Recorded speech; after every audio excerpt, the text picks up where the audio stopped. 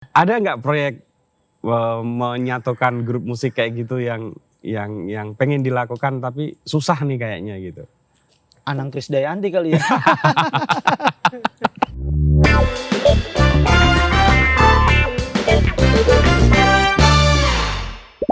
Halo, halo, ketemu lagi dengan saya Putu Kepala Suku Mojo. Dan sore ini kita ngobrol santai dengan orang yang sulit sekali diidentifikasi profesinya apa. Halo. Host, DJ, promotor, musik, manajer, bapak rumah tangga yang baik. Sampai sekarang masih ini ya, Mas Ucup ya. Bapak rumah tangga masih. Iya kan? Iya ya. Masih masak untuk ya, istri. Masih bertugas karena kami di rumah kan tidak pakai jasa asisten rumah tangga. Sama, jadi emang, saya juga. Iya. Cuman saya nggak kebagian masak. Oh iya, saya kadang inisiatif. Ya, karena sudah ada GoFood. Iya, itu lebih kalau di persentase tuh 95% GoFood, 5%-nya masak. Masak tuh baru terjadi di pandemi awal-awal aja tuh. Karena kan kita nggak tahu mau ngapain nih, kayak ngeliat video masak kayak nggak bisa ngapa-ngapain kan. Tapi emang suka masak? Kalau ngomongin suka tapi nggak into, ya pengen bisa masak yang sampai explore gitu. MasterChef pengen bisa, tapi kayaknya nanti deh. Kayak mau jadi makin mau jadi apa sih lu gitu. Iya. Jadi Kan siapa tahu gitu. Memang salah satunya bisa jadi chef terkenal nanti. Amin. Pengen sih Mas. Tapi ini ya, anak kan lagi dalam pengawasan ketat kan? Pertumbuhan ya? Iya, pertumbuhan gitu. Yang 1 4 tahun, yang 1 tahun. Iya, lagi ini Tasmanian Devilnya tuh. Gitu. Terus kalau ditinggal keluar kota kayak gini? Aman, kita udah aman ya? Udah berstrategi lah. Di keluarga udah berstrategi, tentang strategi selalu ada ya, tapi improvisasinya lebih banyak. Iya, kayak main bola strateginya nggak works nih, ternyata harus improvisasi kan, jadi kayak wah. Ya kadang ya ada rasa capek, pasti ada kadang kan gitu. Capek dalam artian yang di rumah capek, kita ngerasa kayak makin guilty kan, guilty kayak tapi ya semuanya kan berkesinambungan nih. Tapi sering nggak merasa kita kan pulang kerja capek gitu, di rumah situasinya malah bikin capek juga gitu? Kalau merasa sih ada aja ya, karena kadang habis pulang kerja kan sampai rumah pengennya ada waktu istirahat.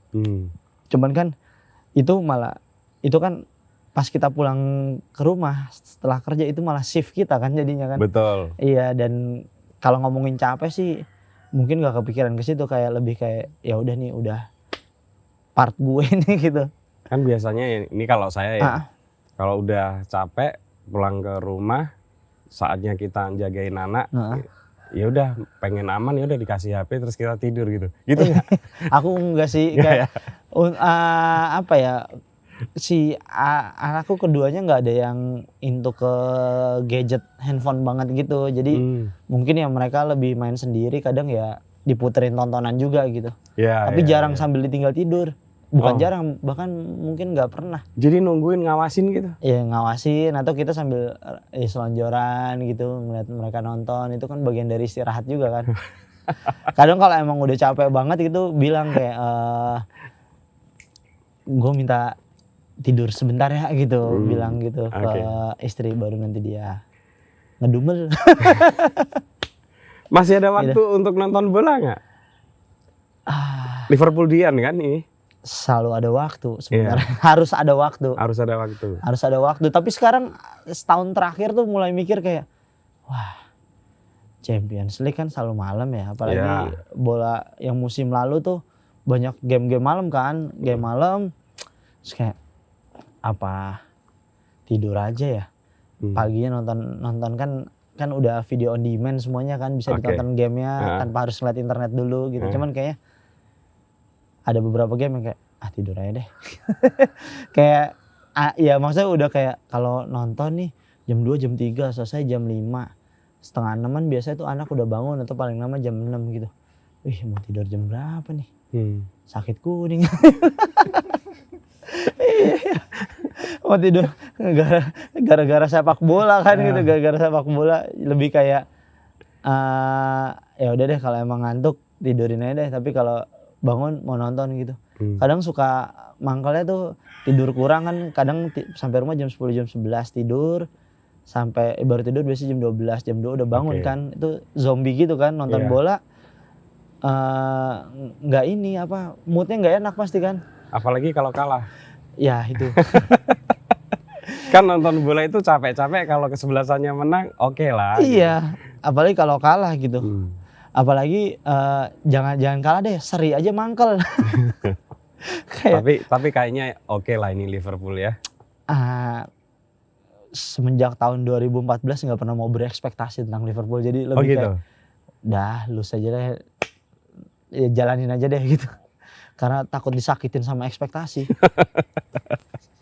Tapi disakitin di sepak bola, tidak disakitin di kehidupan nyata kan. Buktinya semua karir melejit tuh. Alhamdulillah. Ya bukan melejit kali ya, maksudnya kayak ya kebetulan lagi dikasih rezekinya. Cerita dong Mas Ucup ya, kok bisa membagi waktu dengan segala kesibukan yang hampir semuanya itu apa ya, menyita energi kreatif kita gitu. Iya, hampir semuanya ini ya, apa major ya ibaratnya ya, bukan hal-hal minor gitu ya. Saya juga gak punya jawabannya tuh. Lebih kayak apa ya, kalau belajar apa ya, pernah dapat salah satu quote dari film The Single Moms kalau nggak salah. Jadi kayak udah dijalanin aja, jangan terlalu dipikirin. Gitu. Karena emang bener bisa nggak dipikirin? Ya lebih kayak ya udah nih apa yang ada depan mata, jadi udah jalanin. Si ucupop pesta pora gitu. Ya membagi waktunya lebih kayak gitu. Oke, hari ini nanti malam ucupop, berarti dari pagi sampai malam nih pesta pora atau Danila gitu atau rumah gitu. Lebih kayak ya udah jalanin aja deh, berarti apa nih sekarang nih, oh di pesta pora lagi nggak butuh hal urgent, di Danila lagi nggak butuh hal urgent, ya udah di rumah aja dulu gitu. Lebih kayak gitu sih ngelihatnya, bukan masang long term gitu loh Mas. Oke, tapi kepala nggak muter terus tuh, habis ini kayaknya harus ngelakuin ini deh gitu. Apa ya, kalau kepala muter sih iya ya, maksudnya kita dikasih berhenti apa ya, pikiran ini di penjara selama 1 tahun kan, nggak bisa ngelakuin apa-apa. Jadi kayak banyak banget apa ya, banyak banget rasa-rasa apa ya, hal-hal yang pengen dilakuin sama rasa-rasa insecure atau hal-hal overthinking yang terjadi di kepala kan, muter semuanya tuh. Kayak sampai nggak tahu mana yang ide, mana yang ketakutan nih gitu. Bener. Mana yang ide, mana yang ketakutan nih gitu. Ngelihatnya kayak kalau di saya sekarang lebih kayak oke, gue tahu mau bikin apa, udah ini aja dulu nih sampai ini selesai baru gue mikirin yang lain deh gitu. Lebih kayak gitu. Jadi kayak sampai pesta pora udah fokus di sini dulu deh. Abis pesta pora nanti baru pikirin deh mau seriusin yang mana nih gitu. Bukan berarti nggak mikir apa-apa sebelum pesta pora gitu. Udah ada kebayangan-bayangan, tapi kayak oke, di switch dulu nih, pesta porain dulu deh gitu. Kayak untuk itu dulu gitu. Waktu awal-awal diminta untuk jadi project manager ya, yang di Synchronize ya? Program director. Langsung program director? Iya. Itu apa yang ketika mendapatkan mandat kayak gitu, apa yang ada di pikiran Anda? Wah, khayalan. Ketika mendapatkan mandat kayak gitu emang sebenarnya bukan clueless ya, karena emang kan program director tuh sama kayak aku ibaratnya sama kayak pelukis ya. Kita dikasih kanvas nih, lukisin deh, lukisin dong gitu. Kayak bikin apa ya gitu. Investor terima beres gitu ya? Iya, kebetulan waktu itu kan Synchronize kerja sama The Major sama Diandra kan. Diandra Promosindo gitu. Ibarat Diandra yang sebagai investornya lah, The Major sebagai tim pembuat kontennya gitu. Kebetulan program directornya diserahkan ke aku kan gitu. Dari situ sebenarnya apa ya, excitement, tapi ada kayak mesti gimana nih ya gitu. Bikin satu program di festival tuh apa sih nanti yang nilai lebihnya festival ini dengan yang lainnya gitu. Sampai akhirnya ternyata emang lakuin sesuatu tuh butuh research ya, apalagi kalau berhubungan dengan bisnis kan. Bisnis kan tentang demand-nya lagi ada di mana, apa yang belum ada dilakuin, sama apa yang lagi pengen orang cari tuh masakan yang kayak apa gitu. Ya sampai akhirnya ya tahun pertama Synchronize tahun pertama itu ya bisa dibilang inilah ya pilot project, tempat nyobain oh ternyata nggak works nih gitu. Yang worksnya yang mana gitu. Ada fase-fase tidak tercapai target atau gagal gitu ya dalam tanda kutip? Tahun pertama sih bisa dibilang kalau ngomongin secara jumlah penonton bisa dibilang gagal. Tapi kita berhasil di hari ketiganya. Nah, dari situ yang aku belajar ternyata festival itu tentang komposisi juga. Komposisi penampil, bukan tentang siapa nama besar yang dimasukin. Tapi tentang kayak tentang memasak lah, kayak misalkan masak satu masakan nih, masukin steak, masukin pasta, masukin nasi, makan makanan enak semua nih, tapi jadi lu masak apa sih gitu. Betul. Lebih kayak oke, berarti gue pengen masak nasi goreng, apa aja nih yang gue masukin gitu. Lebih kayak gitu, jadi kayak festivalnya tuh kayak nasi gorengnya, berarti apa nih yang mau aku jadiin bahan dasar. Oke, nasi goreng, kecap, berarti garamnya segini. Ya rempah-rempahnya itu bumbunya itu kayak band-band ya. Gimana mencapai satu masakan yang emang ini nih baru. Itu Synchronize yang Anda pertama kali jadi program manajernya, direkturnya itu kalau boleh tahu berapa artis? 2016 itu 108 kalau nggak salah. Udah banyak banget dong. Synchronize itu pasti di atas 100 artis. Nah itu dengan begitu banyaknya tawaran, sebetulnya apa yang mau ditawarkan oleh Synchronize waktu itu kepada publik? Selebrasi. Ya selebrasi tentang bukan musik, ya kayak tentang musik exhibition lah ya, di mana menampilkan semuanya musisi lokal, yang dimana saat itu adalah keresahannya banyak banget acara musik yang tampil hanya itu aja. Kalau kita ngomong di tahun 2016 kan Synchronize dari 2015 deh. Bisa dibilang acara musik yang tampil tuh kalau nggak Bara Suara, Payung Teduh, 2 nama itu aja tuh yang sering diajak gitu. Kayak ini nggak ada tempat buat band-band di luar band itu yang bisa merasakan musik festival yang skalanya nasional gitu, skalanya besar gitu kan. Kasihan kalau wadahnya tidak ada. Ketakutannya adalah regenerasi tidak terjadi. Saat regenerasi tidak terjadi, tidak ada demand lagi, tidak ada konsumen, tidak ada pelaku, mati industrinya kan gitu. Tapi ada nggak fenomena artis atau grup musisi begitu ya, yang sudah didatangkan ternyata tidak mendapatkan apresiasi yang cukup bagus dari audiens? Kalau apresiasi yang tidak cukup bagus ya hampir tidak ada sih, bisa dibilang di Synchronize ya. Karena emang justru itu gimana tuh rumusnya kok bisa? Kan biasanya mungkin kalau nggak dibikin oleh Synchronize bisa saja mereka nggak dapat exposure yang bagus ya. Bisa aja, mungkin karena eksplorasi orang yang pengen tahu hal-hal lain yang mereka nggak biasa nonton gitu. Maksudnya kayak ya sampai beberapa nama yang bisa dibilang udah mati suri kita tampilkan di Synchronize saat itu. Terus malah mulai berjalan lagi karirnya gitu. Ya harapannya kan kayak gitu kan, bisa ngehidupin lagi, bisa ngebawa nama ini ke tempat yang nggak pernah mereka capai sebelumnya, bisa bawa nama ini ke pasar yang beda lagi gitu. Kalau ngomongin apresiasi sih hampir rata ya, karena emang masuk ke sebuah festival kan itu orang udah punya tujuan. Oke, ini yang mau gue tonton.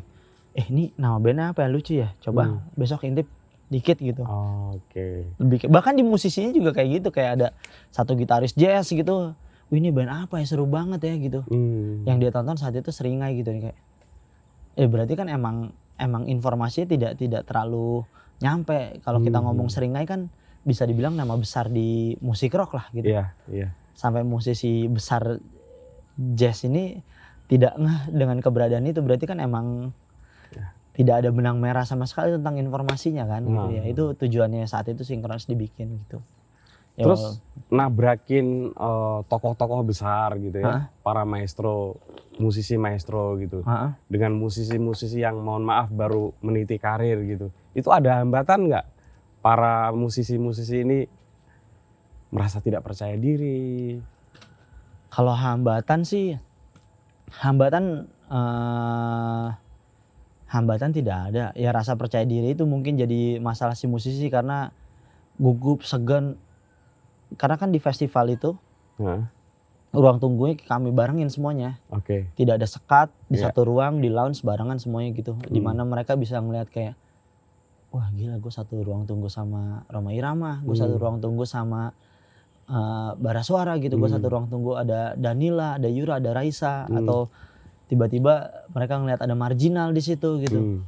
Ya rasa itu yang bikin mereka kadang bikin gugup atau makin kayak makin pede. Wah makin pede nih, karena gue satu festival bareng mereka gitu. Kalau yang makin gugup tuh ada nggak treatment khususnya itu? Atau itu urusan mereka? Sebenarnya itu urusan mereka karena mereka jarang bercerita kan gitu. Itu gimana ya, seperti yang beberapa kali aku pernah bahas tuh, main di festival kan bukan tentang musik bagus atau enggak, tapi tentang siap atau enggak siap.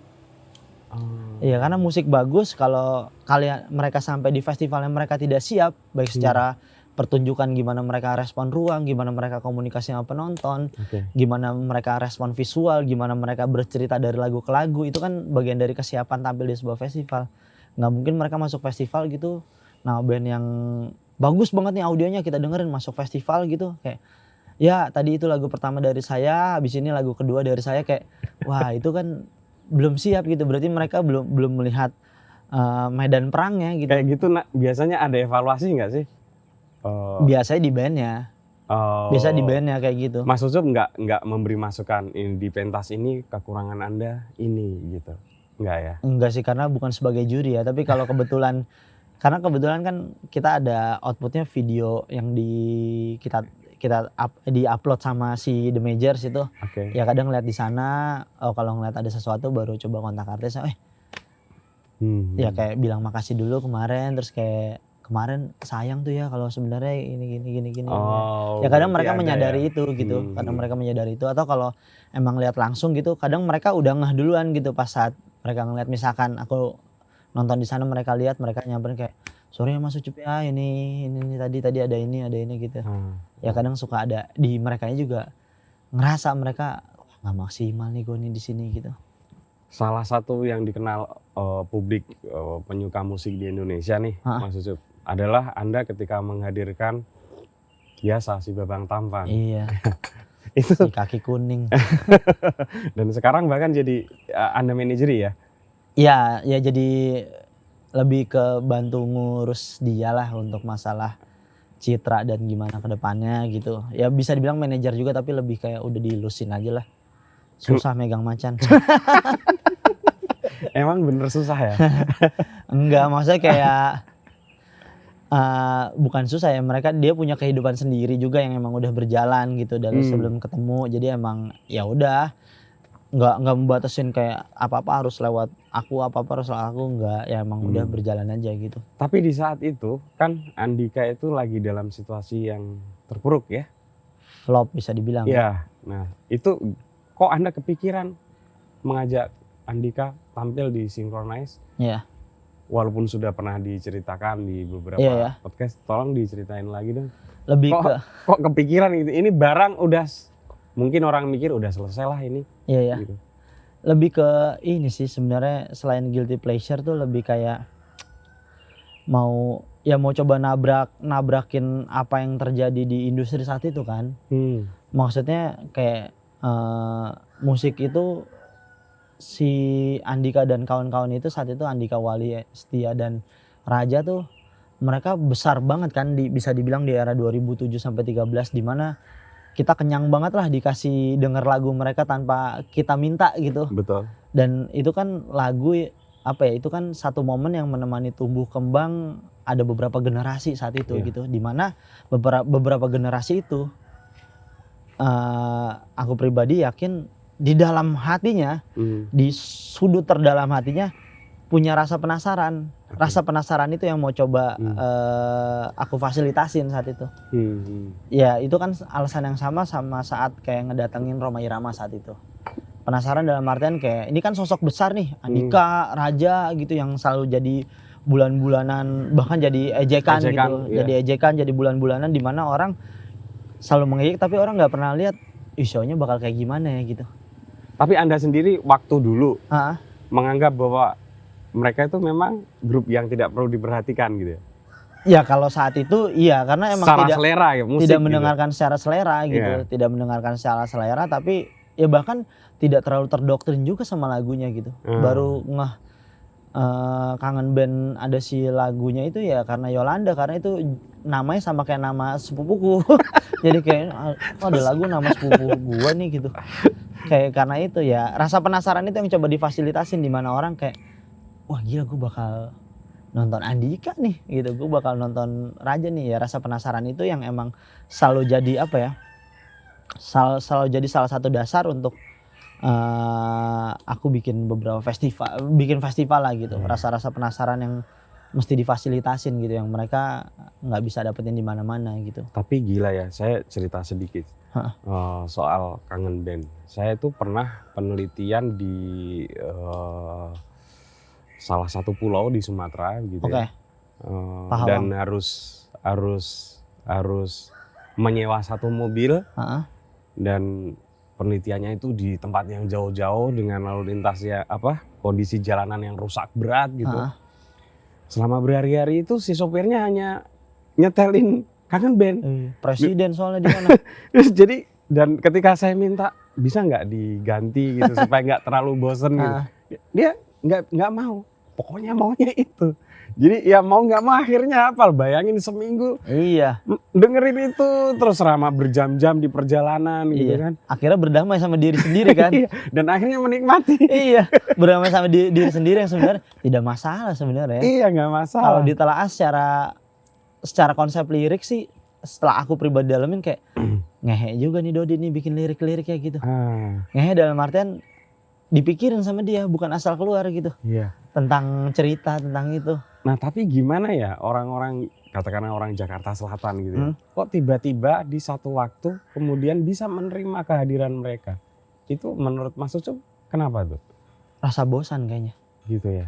Rasa bosan dimana saat orang udah kenyang banget nih, udah sampai gumoh-gumoh dikasih hal-hal yang keren, dikasih hal-hal yang kualitas gitu. Orang kan pengen eksplorasi ke hal yang kayak saat orang udah makan, ibaratnya senang makanan modern, pengen balik lagi kayak pengen tahu gejrot deh. Kayak gitu. Bayangannya rasa bosan itu yang akhirnya terfasilitasi dengan kayak anjing ternyata seru ya gue nyanyiin ini gitu. Dan orang nggak malu ya kemudian mengekspresikan itu dia ya itu kan semuanya tentang narasi, tentang gimana ngebawa momen ya kan, bukan tentang tiba-tiba datang ke suatu tempat muterin kangen band kayak apaan sih ini orang muterin kangen band. Harus masuk ke tempat yang tepat dulu. Gimana menarasikannya sampai akhirnya orang kayak seru banget tempat itu, kemarin muterin ini, kita juga muterin ini, kita muterin ini gitu. Lebih kayak gitu. Dan semenjak tampil lagi di Synchronize, naik lagi nih si Andika ya, dan kemudian Andika naiknya, kemudian kangen band kan aku reuniin juga di yang di Synchronize 2020 itu. Ya sampai akhirnya sekarang kangen band jalan lagi gitu. Alhamdulillah. Rezeki mereka. Ada nggak proyek menyatukan grup musik kayak gitu yang pengen dilakukan tapi susah nih kayaknya gitu? Anang Krisdayanti kali ya. Iya, Anang Krisdayanti. Belum ada kepikiran lagi sih. Itu juga sebenarnya bukan menjadi hal yang dipikirkan untuk menjadi long term planning gitu loh, kangen band atau si Andika gitu yang emang. Tapi ini job nggak sih Anang Krisdayanti? Jangan-jangan memang ada. Siapa tahu.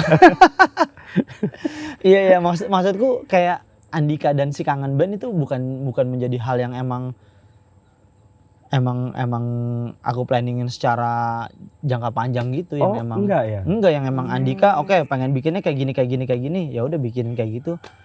Ya udah biarkan algoritma rezekinya dia membawa mereka gitu. Termasuk kangen band kayak bikin lagi, datang mereka kumpul lagi bareng lagi. Ayo mau nggak bikin karya lagi, ya mereka akhirnya bikin karya lagi, ya udah aku lepasin aja mereka berkarya Karena belum lagi. tentu hal kayak gitu tuh berhasil ya. Betul, aku karena nggak mau put ekspektasi mereka ke aku jadinya gitu, dalam artian kayak wah ini udah ayo Bang Ucup gitu, kayak nggak, kayak terlalu dalam kalau sampai kayak gitu, karena yang ngerti mereka tuh ya mereka sendiri gitu. Proyek-proyek reuni kayak gitu itu kan kemudian mewabah ya, marak banget. Tapi saya lihat di Jogja itu pernah ada kalau nggak salah Jikustik, tapi kurang berhasil juga tuh. Iya. Belum algoritma rezekinya belum ya? Belum, sama tentang narasinya sebenarnya kan. Atau mungkin kalau yang pegang Anda beda cerita? Nggak tahu juga. Ya tentang, ya semua kan tentang narasi, tentang gimana berceritanya, gimana ngebawa momennya, sama si band itu emang lagi ditunggu banget atau enggaknya gitu kan. Lebih ke situ. Aman lah udah. Ya si band itu kan tentang kayak Jikustik, mungkin kayak emang orang mungkin belum sekangen itu kali pas saat itu dihadirkan, atau emang orang udah tidak masalah dengan Jikustik yang tidak reunian mungkin misalkan gitu. Ya hal itu kan mesti di-create urgensinya dulu kan gitu. Mesti seperti apa, kayak saat Klapetis di reuniin 2019 juga, saat itu kan kayak emang orang bisa dibilang saat itu banyak yang nggak ngeh dengan keberadaan Klapetis gitu. Orang lebih tahu Vincent Desta dibanding Klapetisnya gitu. Tapi ada beberapa generasi yang emang pengen banget ngelihat mereka reunian lagi gitu, yang ya jadinya kan akhirnya jadi hal yang wah Klapetis menemani gua tumbuh nih gitu. Karena Klapetis saat itu kan bisa dibilang di Jakarta, di kota-kota besar menjadi langganan pensi kan, dimana pendatang yang di festival itu ya mungkin pendatang pensi yang nonton Klapetis dulu gitu. Jadi lebih kayak gitu. Sekarang Anda keluar dari Synchronize. Iya, mengundurkan diri dalam bahasa yang lebih lunak lah. Bosan atau apa? Mungkin ini kali ya, tentang kayak kalau tentang ngomongin rasa egois, bukan rasa egois ya, tentang kayak eksplorasi dan pengen punya satu yang emang milik gitu, bukan bekerja gitu, yang emang oke. Karena saat kita selesai dalam hidup kan kayak yang kita tinggalkan kan sebenarnya karya ya. Ya walaupun Synchronize sebetulnya nempel juga kan ke Ucup gitu. Iya, tapi dari situ kan terlihat sebagai ya itu bukan ya itu aku sebagai pekerja di situ gitu. Lebih ke situnya, lebih kayak pengen punya satu hal yang emang gue pengen punya entitas nih yang emang mau coba challenge diri sendiri untuk bisa melakukan sesuatu dan bisa menghidupi sesuatu lah gitu. Lebih ke situ sih sebenarnya. Ya Synchronize kan udah berjalan gitu, nggak mungkin juga yang festival yang aku bikin nih kayak Pesta Pora gitu compete sama Synchronize, secara kredibilitas sudah kalah lah gitu. Masa sih? Nggak tahu. Ya secara kredibilitas ya udahlah Pesta Pora ya kalau lebih pertama, dulu Synchronize jelas gitu ya. Iya, makanya kita ngomong kredibilitas ya. Orang udah percaya dengan Synchronize gitu. Pesta Pora kan orang lihat ini sebuah entitas yang baru gitu. Tapi begitu orang tahu Pesta Pora yang bikin Anda kan mikirnya juga udah beda. Ini pasti bagus nih. Gitu. Dari sudut pandang Mas? Ya pastilah. Sudah habis kan tiketnya? Iya sih. Itu kan menunjukkan kepercayaan orang bahwa apa yang dibikin Ucup udahlah bagus tuh, udah pasti gitu. Ya alhamdulillah ya, kalau emang secara kredibilitasnya si Kiki Ucup tuh udah sampai di tempat itu yang dimana harus ditingkatin lagi, di challenge lagi terus untuk bikin sesuatu yang emang bisa bikin bahagia banyak orang. Tapi apa sebetulnya yang membedakan secara konseptual antara Synchronize dengan Pesta Pora? Kalau secara konsep, secara keseluruhan ya, memang gini.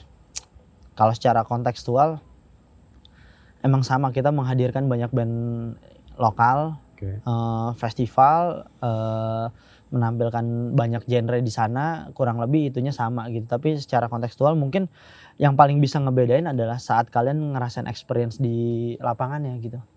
Kalau ngelihat secara poster mungkin orang ngeliatnya akan oh sama nih. Ini sama kayak kalau kita balik ke makanan lagi kayak nasi goreng. Oh nasi goreng Pak ini sama nasi goreng Pak ini sama-sama nasi goreng. Apa bedanya? Ya kalian mesti rasain kan dari sudut pandang rasa. Sayangnya ini belum bisa dirasain, belum terjadi. Belum, itu nah, dia. Kira-kira yang dijanjiin nih. Yang bisa dijanjiin adalah gini. Yang bisa bikin bahagia sebuah festival bisa dibilang tuan rumahnya bukan tuan rumah sih. Hal prioritas dalam sebuah festival adalah rasa bahagia penonton gitu. Pasti. Yang bisa Kiki ya udah ucap janjiin adalah sebenarnya ya kebahagiaan penonton saat nanti di Pesta Pora gitu. Dimana dari nama aja emang aku pengen straight to the point nih. Mau bikin apa? Ya mau bikin Pesta Pora. Pesta Pora gimana maksudnya? Ya udah Pesta Pora ya literally Pesta Pora gitu. Bener-bener berpesta, bersenang-senang gitu. Iya. Dengan banyak suguhan, berpesta senang-senang ya. Selamat berpesta pora gitu. Ya kalau ngomongin perbedaannya lagi, ya di Pesta Pora ada Ucup, di Sinkronis sudah nggak ada Ucup. Gitu. Orang nanti kira-kira akan mikir nggak ya? Ini Sinkronis nggak ada Ucup lagi kok kayak gini ya gitu. Nggak tahu deh. Belum cek DM lagi. Belum cek DM lagi. Ya kemarin kan belum lama ini kan si Sinkronis announce juga. Ya masih ada orang yang nge-share terus sambil mention gitu, yang orang yang belum tahu aku udah nggak disinkronis juga masih banyak gitu yang masih ngerasa. Ya jadinya sekarang malah terlihat kan perbedaannya dengan siapa yang tampil di Pesta Pora dan tampil di Sinkronis kan bisa dilihat emang ya diferensiasinya ada gitu. Mungkin bisa dilihat jadi kayak oh ya emang ini Ucup banget nih, yang ini kerasa nih nggak ada Ucupnya, mungkin bisa kayak gitu. Nah lebih kayak gitunya. Ini Pesta Pora kan kayaknya ada konsep membawa keliling beberapa grup band ya. Betul. Itu apa tuh maksudnya? Latihan Pesta Pora. Oh ya, apalagi diberi nama latihan tuh. Latihan tapi yang nonton bayar. Iya. Iya, ya sama kayak pre-season klub bola. Nontonnya bayar juga kan? Ya bener juga. bener juga. Pre-season klub bola. Ya maksudnya kayak dengan membawa nama latihan kan kayak mencoba untuk kayak oke, sebelum kita Pesta Pora kita latihan dulu deh Pesta Pora gitu. Bukan dengan titling pre-event atau rotu, itu kan kayak pengen nampilin satu suasana yang emang wah inilah ya kayak orang ngeliatnya anjing apaan sih dikasih nama latihan Pesta Pora gitu. Iya. Apa bener-bener nanti pentasnya ya mirip-mirip latihan gitu, masih ada salah-salah dikit. Iya, termasuk bandnya mungkin bisa ngerespon kayak gitu kayak Noah di Padang gitu kayak bentar lampunya kayak kurang ini deh, coba ada gitu ya? Gitu ya. Ya emang ya bandnya yang emang bisa ngeklop dengan maksud dan tujuannya ada di bawah ke sana gitu. Mungkin nanti Ahmad Band juga bisa kayak gitu ya. Iya. Karena dia baru latihan sekali, mungkin ini latihan keduanya Ahmad Band nih. Nah kalau Ahmad Band nih kok tiba-tiba bisa memunculkan lagi Ahmad Band? Itu ceritanya gimana sih itu? Ya ada keinginan di merekanya gitu. Ya sebenarnya Ahmad Band mau dibawa ke Pesta Pora juga, cuman si Ahmad Band main di Sinkronis kan. Jadi kayak yang di Pesta Pora Ahmad Dhani Show. Akhirnya Mas Dhani tuh kayak ya udah di latihannya aja gitu Ahmad Band gitu. Ya udah aku fasilitasiin latihan Pesta Pora si Ahmad Band, dan mungkin ini jadi kayak show offline-nya pertama Ahmad Band setelah hiatus tahun 98 kali terakhir atau tahun berapa ya lupa. Ya akhirnya bukan nyatuin sih sebenarnya Ahmad Band yang sekarang kan bukan Ahmad Band yang rekaman saat itu kan. Karena saat itu kan yang isi drumnya Bimo bekas netral, ini sekarang Pai, ini Bongki. Padi ya? Ya Yoyo ya? Yoyo, terus basisnya Thomas Ramdan. Thomas sempat ikut juga sih offline dulu tuh. Stephen Santoso yang main gitar gitu. Ya akhirnya mau main lagi mungkin ya itu rasa rindunya Mas Dhani untuk membawakan karya-karya Ahmad Band, mungkin jadi kayak alter egonya dia, bukan di Ahmad Dhani, bukan di Dewa, tapi di Ahmad Band gitu mungkin. Dia mau fasilitasin itu gitu, lebih ke situnya. Oke Mas Ucup, ini babak akhir deh. Babak akhir? Iya. Waktu juga nih. Waktu. Delay sini Batikar nih, delay nih. Sibuk banget soalnya. Anda tadi bilang bahwa salah satu hal yang menarik dari festival adalah memberi ruang bagi para musisi-musisi baru supaya mendapatkan exposure yang bagus gitu. Betul. Ya. Tapi dari penyelenggara acaranya sendiri, sebetulnya di Indonesia ini makin bertambah atau makin berkurang atau itu saja pemainnya? Kalau kita ngomongin konteksnya semester 2 di tahun 2022 banyak banget yang melakukan yang menjadi promotor musik. Kalau ngomongin makin bertambah ya makin bertambah, cuman emang penilaiannya baru bisa bisa kita decide bertambah atau enggaknya di tahun depan kan, karena ya orang mungkin ada yang FOMO, ada yang kayak ada kesempatan bisa bikin kan, bisa dibilang hampir setiap minggu ada musik festival gitu, ada penyelenggaraan musik di setiap sudut di Indonesia lah bisa dibilang gitu. Kalau ngomongin tentang demand orang mau berkarir di industri promotor itu makin bertambah, makin banyak orang yang pengen nyoba di sana gitu. Ternyata di dalam sebuah industri pertunjukan tuh banyak jenjang karir juga, selain sebagai promotornya, sebagai lighting designer, sound designer, sebagai show designer gitu. Itu banyak banget art designer, itu bisa dilakuin di sana semuanya gitu. Jadi kalau ngomongin makin bertambah ya makin bertambah, makin seru, makin banyak wadahnya gitu. Cuman ya emang mesti dipikirin adalah sebenarnya kan bikin sebuah pertunjukan kan tentang sustainable kan. Gimana industrinya bisa sustain gitu. Bukan tentang bisnis semata gitu yang mesti dijagain. Bisnisnya iya, tapi kalau ngelupain tentang sustainable, wadahnya nggak ada, show-nya akan itu aja.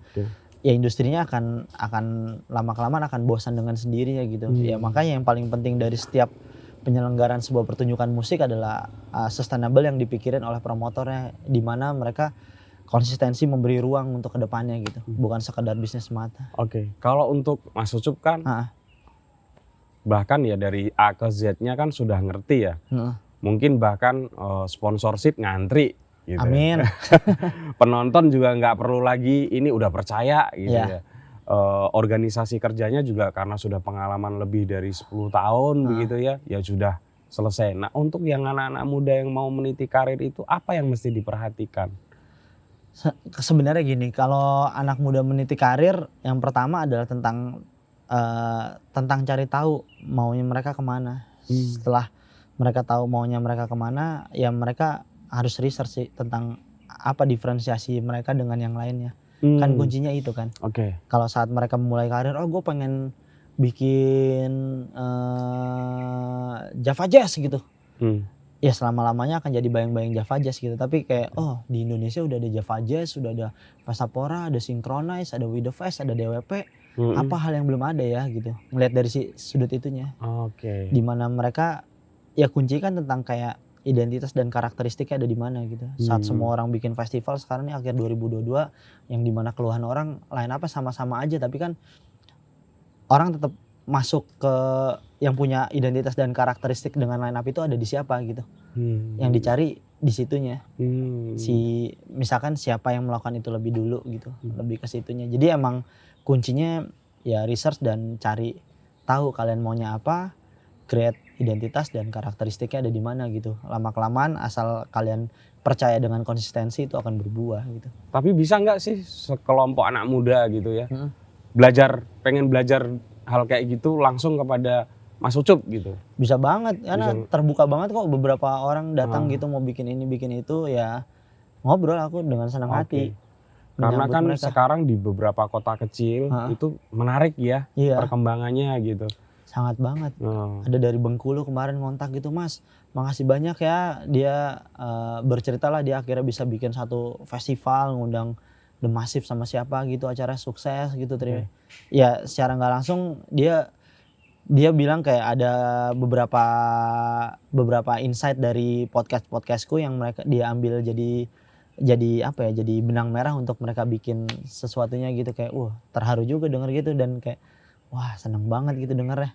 Kalau jadi padahal semacam ngomongnya ngasal. kalau semacam menjadi kayak penasihat gitu atau konsultannya gitu, masih memungkinkan nggak? Lebih teman ngobrol sih. Teman ngobrol ya. Ngobrol mau bikin apa gitu, ya udah. Ya dari situ ya aku akan ngasih opini, ngasih insight kayak oke, mau bikin kayak gini, oke. Ya biasa aku challenge dengan kayak nanti kalau udah kayak gini gimana caranya? Oh iya ya, nanti bedanya apa dengan yang ini? Nanti kayak gitu kayak bedanya apa ya Mas? Termasuk ngasih trik gimana cari menggait sponsor gitu? Kalau untuk penyelenggaraan pertama emang tidak semudah itu ya menggait sponsor, karena butuh sponsor tuh butuh data, butuh track record juga. Nggak mau gambling, nggak mau resiko. Mungkin ada sponsor tapi ya nominal pasti nggak akan gede. Aku selalu ngajarin kayak gimana caranya tahun pertama itu kalian itu akan sulit pasti dapetin sponsor. Gimana caranya kalian bisa berhitung secara RAB lebih detail, tiket udah bisa nutup keseluruhan produksi gitu. Mungkin itu. Mungkin. Ya kayak aku announce Pesta Pora juga itu belum tanpa sponsor. Aku jualan tiket dulu. Jualan tiket. Setelah itu udah jualan tiket, 2 kali penjualan tiket, ya udah aku bawa datanya nih, mau datang ke sponsor nih. Saya mau bikin Pesta Pora, tiket salesnya udah segini, yang main akan ada ini, ya mereka kan jadi punya gambaran, oh udah ada traffic orang segini di sini. Itu akan lebih mudah ya sponsor untuk karena udah ada bantu. Real data, bukan tentang wishlist, bukan tentang target gitu, tapi tentang udah ada segini nih gitu. Oke, ya Bro Ucup. Makasih sudah ditunggu sama Ahmad Dhani. Iya nih, si botak. Ya, pasti seru. Iya ke sana. Sana ya. Ya, makasih banyak ya. Sama-sama. Selamat bekerja. Oke. Kepala suku. Terima kasih. Makasih. Iya.